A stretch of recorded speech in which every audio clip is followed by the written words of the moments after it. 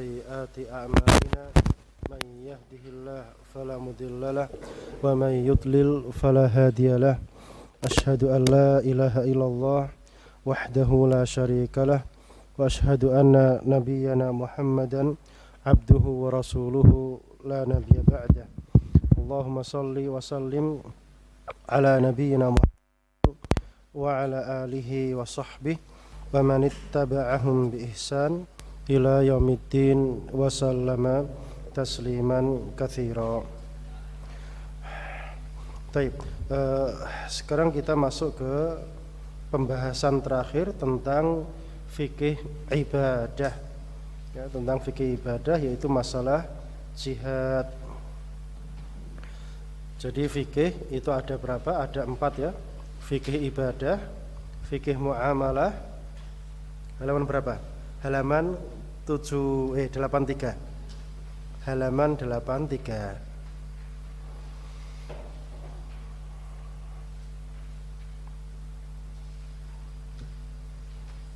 Halaman 83.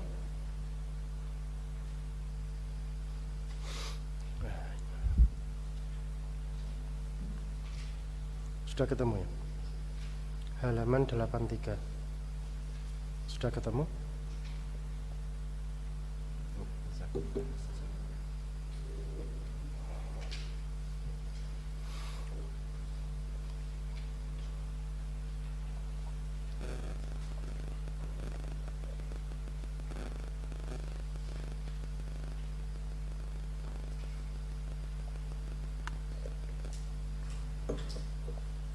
Baik, halaman 83 fikih jihad.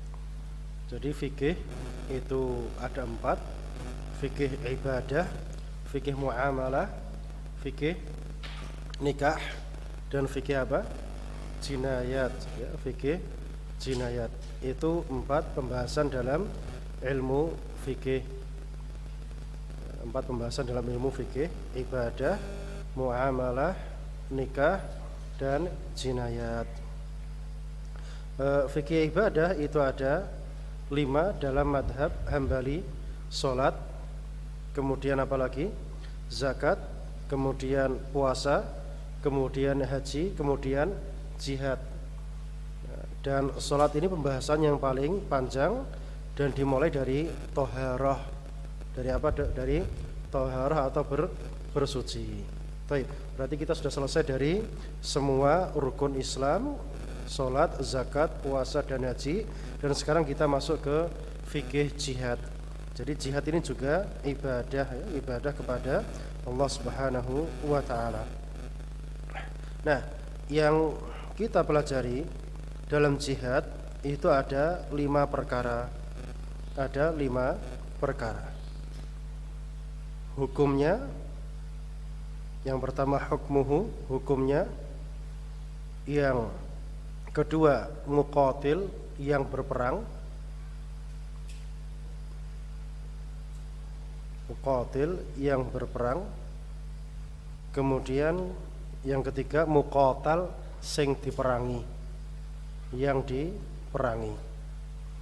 Yang keempat ghanimah atau rampasan perang. Yang kelima musalahah atau perdamaian dengan orang kafir ya, perdamaian dengan orang kafir. Ini fikih yang penting ya, fikih yang penting terkait dengan masalah jihad. Jadi orang kalau belajar fikih ini akan jelas di mata dia apa itu makna jihad fi sabilillah, jihad di jalan Allah Subhanahu wa ta'ala. Jadi mana yang jihad dan mana yang bukan jihad kita bisa melihat dari kacamata yang kita pelajari dari ilmu fikih. Jadi ternyata tidak semua peperangan atau istilahnya paten-patenan itu jihad. Hanya perkara tertentu yang dia sifatnya jihad. Nanti kita akan melihat perbedaan antara jihad dengan yang bukan jihad itu di muqatal, sapa sing diperangi. Dari sisi mana? Al-muqatal, siapa yang diperangi. Antum melihat halaman berapa itu? Halaman 84 ya. 84.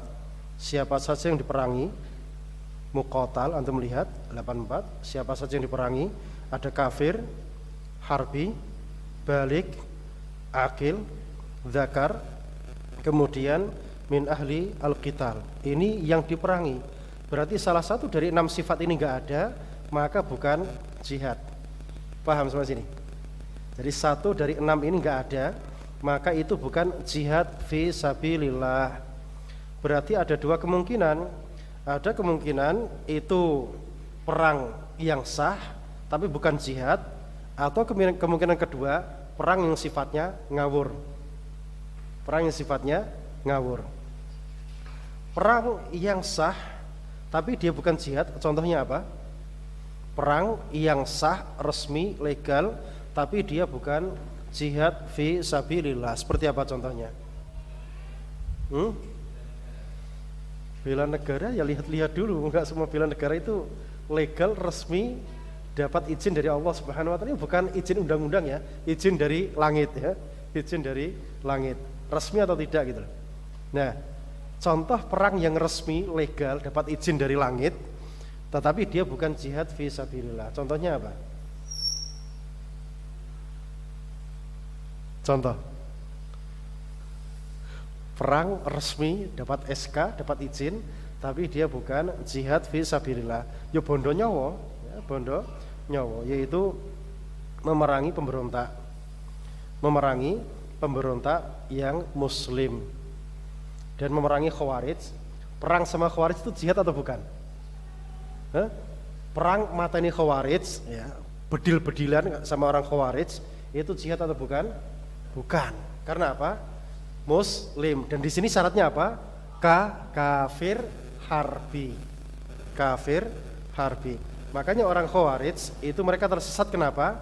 Soalnya orang yang muslim tadi yang la ilaha illallah dikafirkan. Dikafirkan, diharbikan, pokoknya 6 sifat ini dipaksa nang iki pokoknya. Sehingga apa? Nek matani jadi jihad. Itu orang khawarij, akidahnya rusaknya di situ. Jadi 6 sifat ini pokoknya harus ada di orang yang yang dibunuh tadi, yang diperangi, sehingga mereka menganggap perbuatan mereka adalah perang suci atau jihad di jalan Allah Subhanahu wa taala. Padahal apa? Padahal itu adalah akidah yang ngawur, nyeleneh, menyimpang dari ajaran agama Islam. Jadi itu pengertian jihad. Jadi jihad itu apa? Perang untuk menegakkan kalimat Allah Subhanahu wa taala. Dan yang diperangi siapa? Yang tadi. Yang diperangi adalah golongan tadi. Baik, kita lihat hukumnya ya, kita bedah satu persatu. Hukum muqatil yang berperang, muqatal yang diperangi, ghanimahnya, kemudian musolahatnya atau perdamaiannya itu. Nah, hukumnya jihad itu ada 2 macam, fardu ain dan fardu kifayah. Fardu ain dan fardu kifayah.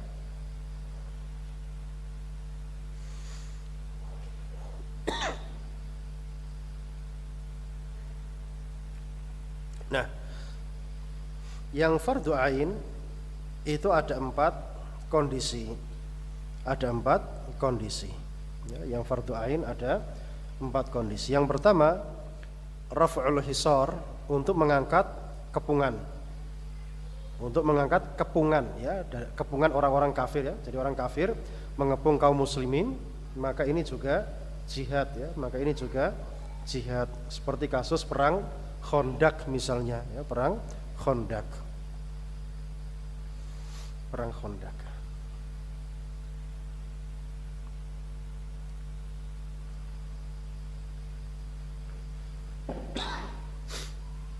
Kemudian daf'us sa'il itu pertahanan diri ya, pertahanan diri. Kalau yang pertama tadi apa? Raf'ul hisar, mengangkat kepungan. Mengangkat kepungan. Kalau ini apa? Menangkal serangan ya, menangkal serangan. Yang keempat, yang ketiga, al-istinfar. Istinfar itu panggilan jihad dari imam. Panggilan jihad dari imam atau dari penguasa. Jadi misalnya Presiden Jokowi berkata, ayo kita jihad lawan mana? Lawan mana? Israel kadon. Lagi teko India bensinnya entek. Lawan mana? Gam itu jihad atau bukan? Wis mulai paham saiki. Papua itu berarti jihad. Sing diceluk sapa? Ayo wong Blora kabeh budal. Berarti apa? Sak Blora wajib budal. Sak Blora sing apa? Nanti di sifat muqatilnya ada di sini. Sifat yang berperang siapa? Itu jika terpenuhi maka mereka wajib berangkat. Ya, wajib berangkat perang. Itu zaman dahulu kala jihad seperti itu. Dapat panggilan budal berperang balik nogone sawai dewi-dewi. Itu zaman dulu seperti itu. Ya. Dan sekarang ini masuk dalam kategori apa? Kategori apa yang apa? Sipil ikut perang itu namanya apa? Bela negara ya. Ya, itu masuk di istinfar. Masuk di istinfar. Apa namanya? Komcat. Iya, komando cadangan. Komando cadangan itu istinfar. Soalnya kalau tentara itu enggak istinfar, memang tugas dia gitu loh. Tapi istinfar ini kan rakyat, ya sipil disuruh apa? Berperang. Ini jihadnya wajib ain. Wajib ain. Hudurus shaf wis kadung adep-adepan ya. Jadi wis kadung adep-adepan karo wong kafir, maka ini sudah wajib aini. Tidak boleh kabur ya, tidak boleh mundur.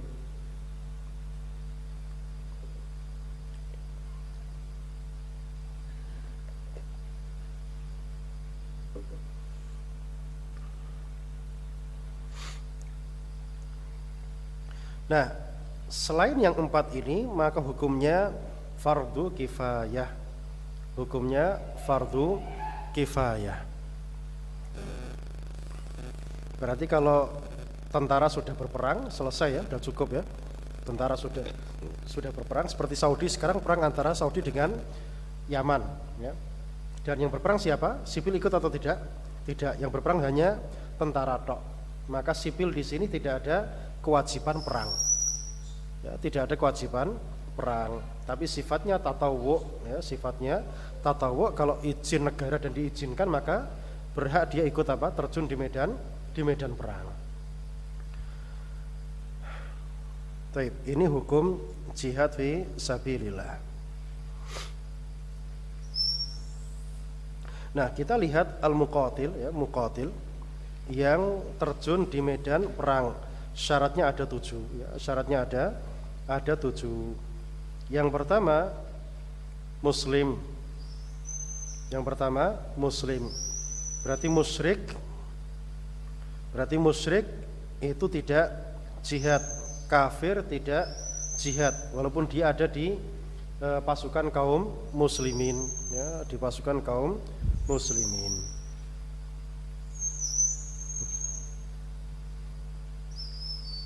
Yang kedua balik ya, yang kedua balik harus usia sudah balik. Berarti kalau usianya belum balik maka dia tidak menjadi mujahid.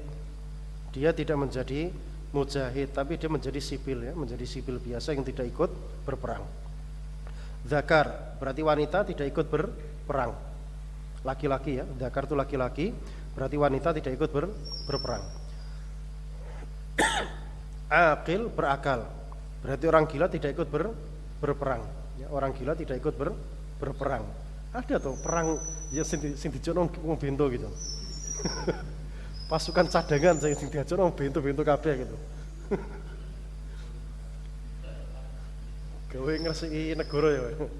Gawe ngresiki negara enggak ada ya. Jadi intinya pokoknya sing gak normal, gak waras itu malah dilindungi oleh negara. Itu hukum asalnya seperti itu. Jadi orang cacat, orang tua, orang gila, ini semuanya dalam perlindungan negara. Mustati', dia mampu tidak lemah ya, dia mampu tidak lemah. Berarti orang yang lemah maka dia tidak boleh ikut berperang ya. Misalnya lagi nggotong apa? Apa jenenge iki? Lagi gotong ini tok wis langsung apa? Gak kuat ya. Maka ini tidak apa? Tidak mampu. Ngadeg wae gak iso berarti tidak mampu. Atau misalnya ditandu dalam perang seperti Jenderal Sudirman, maka ini sudah tidak ada kewajibannya. Tidak ada kewajiban ya karena sudah tidak mampu. Hur merdeka, maka budak tidak ada kewajiban berperang. Ma'dzunlah dapat izin. Ma'dzunlah dapat izin. Siapa yang harus dapat izin? Malam yata'ayyan al-jihad alaih, bagi yang jihad tidak wajib bagi dia, maka harus dapat izin. Izin dari siapa? Dari dua belah pihak. Yang pertama orang tua atau kedua orang tua, yang kedua izin dari penguasa ya, seperti ada sahabat yang datang kepada Nabi kemudian apa? Izin berjihad, maka ditanya isek diwong tuwek, isek mulai ya, jawabannya apa? Mulai wis openi wong tua. Itu jika jihadnya tidak wajib ya. Jika jihadnya tidak wajib maka harus dapat izin dari kedua orang tua maupun dari penguasa. Nah makanya orang-orang yang akidahnya menyimpang dan mereka tidak paham fikih jihad kan ngawur mereka. Kadang tidak ada komunikasi dengan orang tuanya bertahun-tahun, moro-moro wis budal apa nenteng senjata kan gitu. Ya akidahnya nggak beres mereka tuh. Akidahnya tidak beres. Dan mereka tidak belajar sampai sing ngaji ndah lho lagi ngaji ngene tuh ya. Ini kan baru ngaji istilahnya fikih jihad seperti ini. Dan jarang fikih jihad dipelajari. Bahkan gak wani mempelajarinya. Padahal darurat gitu loh. Ini nanti dipelajari, negara untung atau tidak? Nyobadi akeh tuh jane ngono. Nemen badine. Cuma ini gak dipelajari, akhirnya yang rugi siapa? Negara sendiri. Negara sendiri yang rugi. Padahal ini fikih ini biar apa? Orang tahu cara berjihad itu bagaimana, kapan jihad dilakukan dan syaratnya seperti apa dan siapa saja yang diperangi. Nah, jelas seperti ini, maka enak ya, orang bisa selamat dari apa? Dari aliran sesat. Dan banyak orang terjerumus kepada aliran sesat, khususnya Khawarij dengan berbagai macam turuknya, torikohnya atau sempalan-sempalannya. Ini mereka jatuh sesat gara-gara apa? Fikih ini tidak dipelajari, ya atau tidak? Fikih ini tidak dipelajari. Bahkan yang ngaji sunnah sibuknya ngaji apa? Oh, saiki ora tauhid, fikih rumah tangga bahagia. Adab-adab apa walimah ngono kuwi sing dipelajari saiki. Apa atau misalnya fikih muamalah itu. Ini enggak dipelajari. Ini enggak dipelajari. Ini darurat genting ini.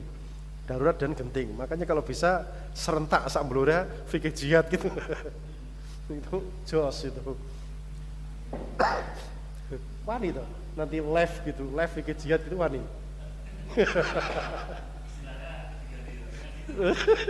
Wedi itu ya. Padahal negara untung nek melok ngaji iki untung. Polisi undang nanti ngaji ini, wis ringan-ringan iki. Endi Pak, berbahaya atau tidak gitu. Kan sangat menguntungkan bagi negara ini. Diundang aja mereka, suruh mendengarkan fikih jihad itu apa. Masalah iki wedi karo jenenge iki lho. Kaya saiki wong wedi jeneng Salafi ku wedine ra kaprati ya. Wallahu musta'an. Itu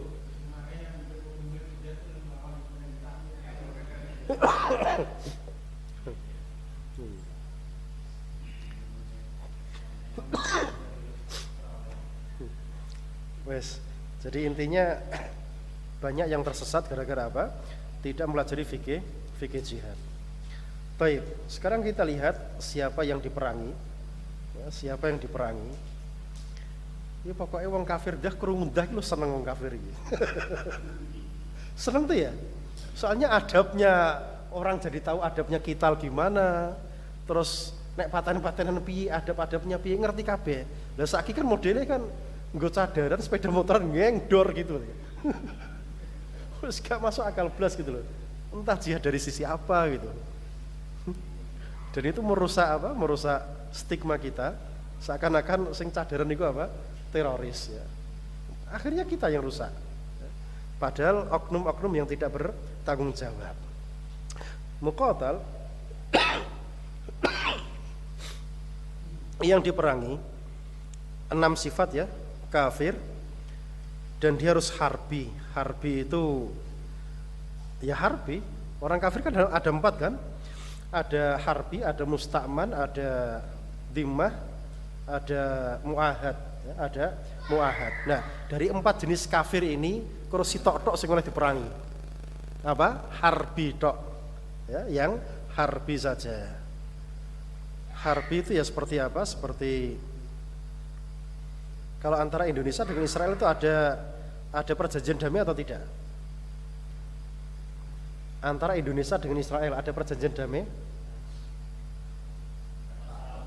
Damai kan tidak ada kerjasama kan, tapi damai kan ada, maka tidak ada perang. Hukum asalnya apa? Tidak ada perang. Indonesia dengan Australia ada perjanjian damai? Iya, ada perjanjian damai, maka tidak ada perang di sini. Maka mereka bukan harbi, maka mereka bukan, secara global mereka harbi. Cuma harbi ini harus apa? Yuskoyo antara Rusia dengan Ukraina ya, diumumkan perangnya kapan. Jadi jotos-jotosannya kapan diumumkan jelas. Tapi ini langsung dor gitu kan nggak jelas. Ya. Jadi sifatnya perang itu ya seperti orang hadap-hadapan gitu loh. Seperti tinju jam piro tanggal piro dino apa ditentukan waktunya. Mulai perang der. Nah itu berarti apa? Sudah terjadi harb, terjadi peperangan. Enggak terjadi peperangan antara dua belah pihak. Nah itu namanya harbi. Itu namanya apa? Harbi. Harbi balik. Jadi yang diperangi adalah orang balik. Anak kecil maka tidak. Nah ini anak-anak kecil ini sekarang di Yaman, mereka dilatih untuk jadi tentara. Cah cilik-cilik loh. Saumur yang tadi sumperitan niku. Ngandel pora sampean.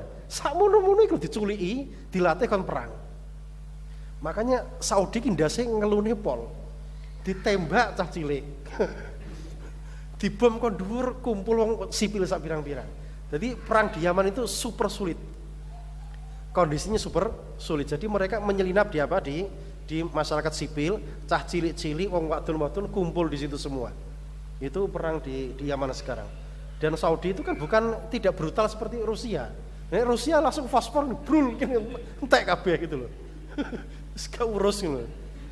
Makanya di Suriah itu Rusia menang gitu. Soalnya wes brul gini regadek sing mati sapa. Lah kita orang Islam ini perang pakai adab masalahnya. Bunuh pun yang diincar siapa? Kafir, harbi, balik. Cacilik gak berakal dan dakar sing lanang tok. Loh. Adabnya kan tinggi luar biasa. Enggak seperti orang kafir. Orang kafir gak peduli wong wedok, tuwek nom, wis pokoke kono sikat gitu loh. Itu perangnya orang kafir, ya. Ngawur, ya. Perangnya apa?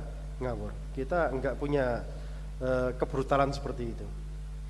Dan Saudi negara penegak tauhid dan perangnya pun antum melihat beradab. Bahkan sing khusi kafir iki lho, wis kejet-kejet ngene ditalkin qulu la ilaha illallah. Wis kejet-kejet ngene la ilaha illallah gitu. Adabnya sangat tinggi. Masya Allah. Jadi beda antara kita sama apa? Orang kafir. Lah iki lho wong Khawarij ngono ku lho kanggo apa ora ngono kuwi. Kanggo atau tidak? Kan enggak kan? Langsung dar gitu. Kan enggak sempat apa ditalkin la ilaha illallah. Terus pokoknya nikmat belajar sunnah seperti ini. Ya kita jadi apa? Jadi terang benderang masalah apa? Masalah agama kita. Min ahlil qital. Kemudian sing diperangi juga min ahlil qital. Apa istilahnya petarung atau istilahnya apa? Pasukan perang. Pasukan perang min ahlil qital. Jadi nek iku bukan pasukan perang juga gak oleh dipateni. Loh, angel kan? Ini kan 6 ini sifatnya. Berarti nek gak ngene gak jihad. Jadi misalnya Saudi kirim pesawat yes, brul, jihad atau tidak? Enggak. Jadi memang dipastikan sasarannya, targetnya punya 6 sifat ini. Target sasarannya. Itu baru jihad fi sabilillah. Kalau tidak maka tidak. Maka tidak. Man la yajuzu qatluhum. Nah, sapa wong kafir harbi sing gak oleh dipateni, ini antum lihat ini. Sapa kafir harbi wis musuh kuwi gak oleh dipateni. Sing pertama mar'ah ya wanita, yang kedua sobi anak kecil, Yang ketiga Syekh Fani, wong tuwek sing wis apa? Tuyuk-tuyuk. Syekh Al-Fani, tuyuk-tuyuk bahasa Indonesianya apa? Tua renta ya? Ya tua renta. Ya tua renta. Al-A'ma, orang buta. Az-Zamin. Zamin itu orang lumpuh ya, orang lumpuh. Dan yang semisalnya. Ar-Rahib, Rahib itu pendeta atau rahib atau apalagi bahasanya. Yes, pokoknya yang jaga tempat ibadah itu namanya apa? Itu namanya rahib. Itu namanya rahib. Wa yajuzu qatluhum fi halain. Nah, enam orang kafir harbi ini yang tidak boleh dibunuh, ini boleh dibunuh dalam dua kondisi. Boleh dibunuh dalam dua kondisi. Qatluhum taba'an, dibunuh karena mereka istilahnya taba itu nempel sama yang 6 sifat tadi. Yang 6 sifat tadi. Contoh ya, Indonesia atau pasukan Ternate lawan Portugis, kan mereka ada di benteng, Nah, yang di dalam benteng ini, maka tatkala terjadi perang, ya perang diumumkan meletus antara dua belah pihak, kemudian pihak Muslim melemparkan kumbula atau bom, dilemparkan ke dalam, maka yang kecipratan dornya tadi mati, maka tidak salah, tapi bukan target utama. Jelas atau belum? Jadi intinya dilempar kayak gini, target utamanya adalah apa? Musuh. Ternyata meledak, nyiprati sing anak kecil, wanita dan lain sebagainya, maka ini matinya mati tabaan, ngikut ya, bukan tujuan utama, bukan target utama. Jelas sampai sini ya, karena posisinya mereka ada di dalam apa, campur baur dengan target.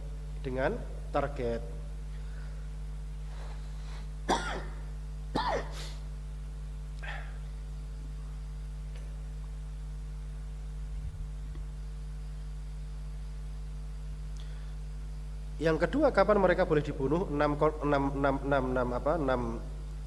kelompok tadi. Idza qatalu, jika mereka ikut angkat senjata, ikut perang. Jika mereka ikut angkat senjata atau ikut perang, au aanu, atau ikut bantu ya, orang tua renta tapi ngedoi.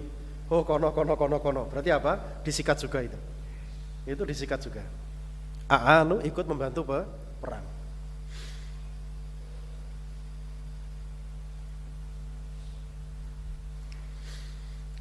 Baik, kita sekarang selesai dari hukumnya, muqatilnya yang berperang, muqatal dan siapa yang diperangi. Berarti tidak punya sifat tadi, maka ini bukan jihad di jalan Allah Subhanahu wa taala. Kita selesaikan insyaallah. Terus nanti kita pindah ke fikih muamalah insyaallah tahun pertemuan selanjutnya. Bismillah azza wajalla. Al-maghnum yang dirampas ya, harta yang dirampas atau ghanimahnya.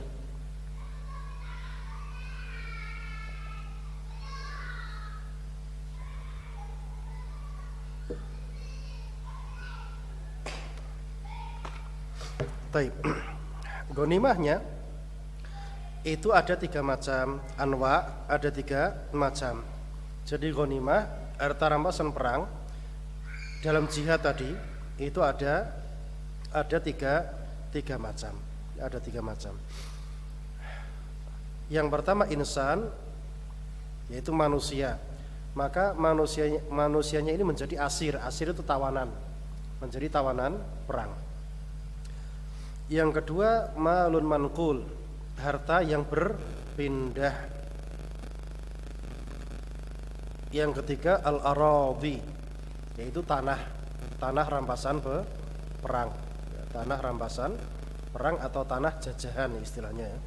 Tanah jajahan.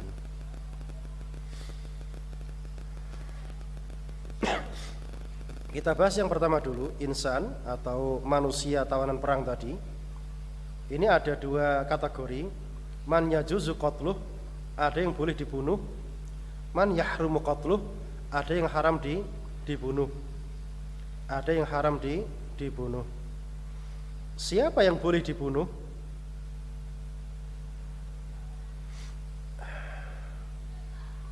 Man yajuzu qatluh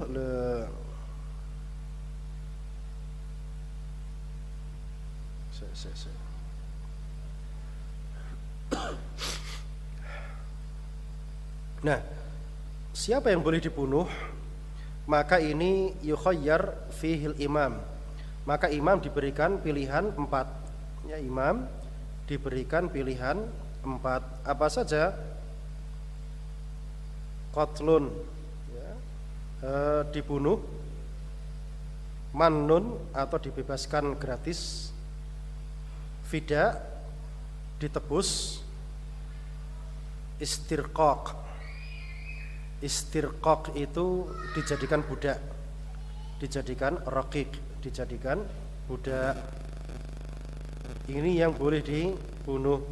Jadi yang boleh dibunuh yang sifatnya tadi kafir, harbi, balik, akil, dzakar min ahli al-qital. Yang tidak boleh dibunuh siapa? Yang tadi mar'ah, sobi, syekh, fani, a'ma, zamin, rohib. Jelas? Ya, itu yang tidak boleh dibunuh. Yang tidak boleh dibunuh yasiru raqiqan, maka otomatis jadi budak bi asrihi ketika ditawan, seperti Safiyah bintu Huyai bin Akhtab, istri Rasulullah sallallahu alaihi wasallam, ibunda kita Ummul Mukminin, itu dulu tawanan perang. Perang apa? Perang Khaybar. Ya, perang Khaybar lawan orang Yahudi, kemudian dapat ghanimah yang luar biasa banyaknya. Di antaranya apa? Para tawanan perang, di antaranya Safiyah bintu Huyai yang awalnya ditawan dan diserah, awalnya dibagikan kepada Dihya al-Kalbi. Kemudian para sahabat protes, wahai Rasulullah, ini anaknya raja, nggak pantas untuk apa?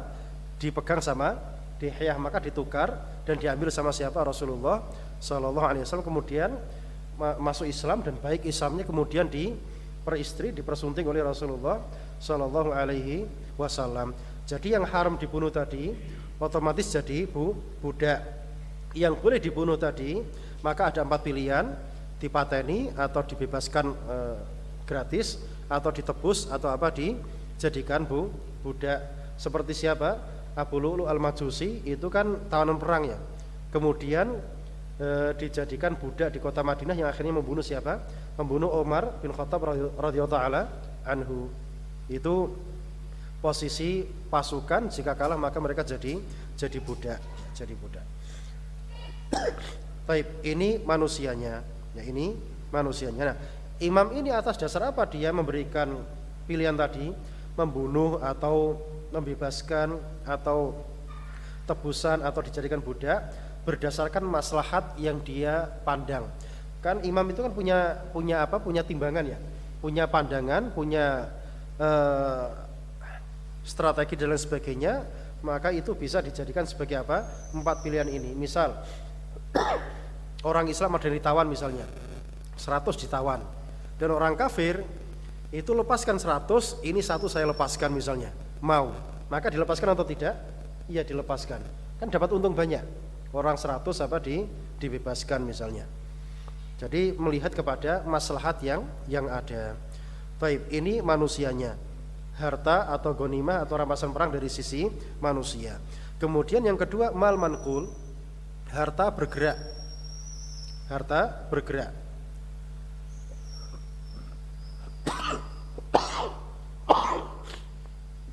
Nah, harta bergerak ini tasarrufnya ada 5 tahapan ya, ada 4 tahapan di situ tasarrufnya. Yang pertama, yukhraj al-aslab, dikeluarkan aslabnya dulu. Salab itu misal paten-patenan, mateni musuh 1, 2, 3, 10. Berarti yang dipateni tadi wae sing nembak misalnya. Berarti yang ada di badannya tadi itu hanya siapa yang nembak. Misalnya di badannya ada gelang 20 gram misalnya. Dipek sama siapa? Yang nembak, yang mateni tadi. Itu namanya salab. Nah, itu dikeluarkan dulu. Diberikan kepada yang berhasil membunuhnya. Nah, yang tersisa seperti mobil atau misalnya pesawat atau misalnya gonimah yang lain, maka ditahmis, tsummal khumus, maka ditahmis atau dibagi 5, dijupuk seperlimanya untuk siapa? Untuk Allah dan Rasulnya. Setelah dikeluarkan khumusnya, seperlimanya, maka di nafel itu imam ngekei dari harta gonimah tadi kepada siapapun yang dia pilih. Ki sampean tak kei jatah sakmene. Oh iki toko besar, iki jupuk sakmene. Ini terjadi pada perang Hunain ya. Perang Hunain menang banyak, dapat gonimah banyak, maka Abu Sufyan dikai 1000 ekor onta misalnya. Ini dikasih ini dikasih ini. Ini tergantung siapa pilihannya imam. Itu namanya nafel. Nafel itu berarti apa? Hadiah kepada pasukan perang yang dipilih. Nah, setelah ini maka baru dibagi rata. Sisanya baru dibagi rata. Bagaimana cara baginya? Yang naik kendaraan maka dapat berapa saham? Dapat 3 saham, dan yang jalan kaki dapat 1 saham. Ya. Yang naik kendaraan maka dapat 3 saham, yang jalan kaki dapat 1 saham. Kenapa yang naik kendaraan itu sahamnya banyak? Dikarenakan peluang menangnya lebih besar daripada yang jalan kaki. Ya saiki berarti sing tank karo melayu sikil lo menang di saiki. Pokoknya yang naik kendaraan itu peluang menangnya lebih besar daripada yang jalan kaki. Naik kuda sama yang pegang tombak misalnya, kan masih apa? Peluang menangnya besar mana yang naik kuda. Makanya sahamnya dia lebih besar daripada yang infanteri atau yang pejalan kaki. Baik, itu harta bergerak. Nah, harta tidak bergerak alias tanah ya, tanah.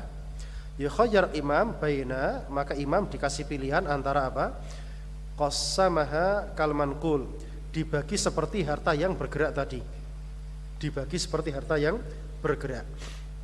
Atau dikharajkan, atau diwaqfuha 'alal muslimin, diwakafkan atas kaum muslimin. Jadi digarap wong kafir, tapi hasilnya nanti menjadi miliknya kaum muslimin, dan mereka nanti digaji. Digaji.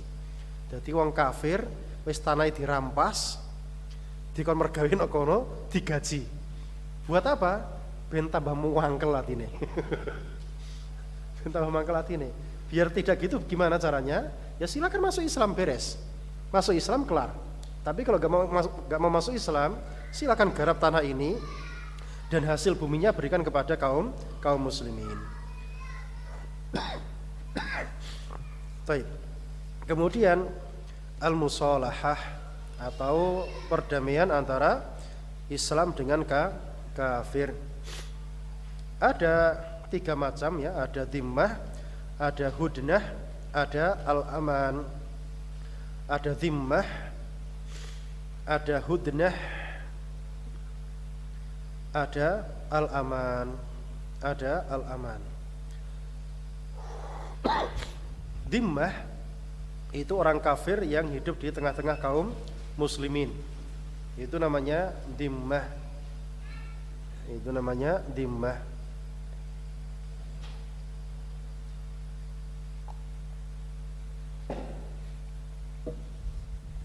Ya ibaratnya sekarang seperti siapa? Cina-Cina yang hidup di tengah-tengah kita itu kan mereka minoritas ya. Itu namanya dhimmah. Itu namanya apa? Dhimmah, dalam perlindungan kaum muslimin. Tidak boleh diganggu. Mereka hidup di tengah-tengah kita, jadi warga kita. Dan diberikan keamanan seperti itu biar melihat akhlaknya kaum muslimin. Oh ternyata orang Islam itu baik, harapannya masuk Islam. Itu kebaikan agama Islam. Taib hudnah itu perjanjian damai antara 2 negara. Ya, antara 2 negara. Kemudian aman itu orang kafir masuk ke negara Islam dikasih jaminan keamanan seperti sekarang apa? Turis ya berarti ya. Turis orang kafir masuk ke negeri kita dikasih apa? visa turis. Itu namanya apa? Jaminan keamanan. Ya, jaminan keamanan. Dia bukan warga kita, bukan penduduk negeri kita. Itu namanya aman. Nah, dhimmah tadi syaratnya kapan terjadi? Ya aqiduhal imam. Jika imam mengasih apa? Ngasih dikai apa? Dikai yang melakukannya adalah imam, ya, yang melakukannya adalah imam. Nah, sekarang mereka Cina-Cina itu dapat KTP dari mana? Dari penguasa, ya, dari penguasa. Tidak buat sendiri, ada yang buat sendiri. Kan dari imam itu. Li ahlil kitab wal majus. Kemudian ini khusus untuk ahli kitab dan orang-orang majusi. Khusus untuk ahli kitab dan orang-orang majusi.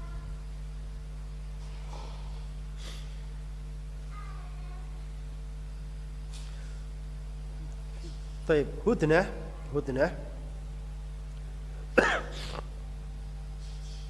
tadi kan damai antara dua negara. Syaratnya apa?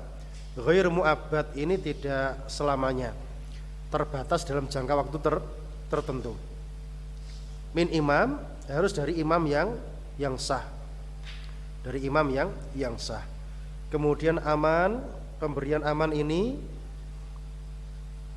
min muslim akil, asal dia orang Islam berakal, berhak memberikan jaminan keamanan kepada orang kafir yang datang ke negeri Islam. Ini sekarang kayaknya nggak ada ya. Soalnya kan dari negara semua sekarang, dari negara semua. Jadi lebih dari yang ada di sekarang ini. Zaman dahulu kala mu'aqqad bi asri sinin, terbatas hanya 10 tahun saja, tidak lama, tidak melebihi dari itu. Jadi intinya aman atau jaminan keamanan hanya sebentar saja. Seperti visa sekarang hanya berlaku sebulan, 2 bulan atau berapa tahun, setahun, 2 tahun dan 3 tahun dan seterusnya, tidak selamanya. Allahu a'lam bishawab. Ada pertanyaan, monggo. Kita cukupkan sampai di sini. Barakallahu fikum. Wa sallallahu ala nabiyyina Muhammad wa ala alihi wa sahbihi wasallam. Assalamualaikum warahmatullahi wabarakatuh.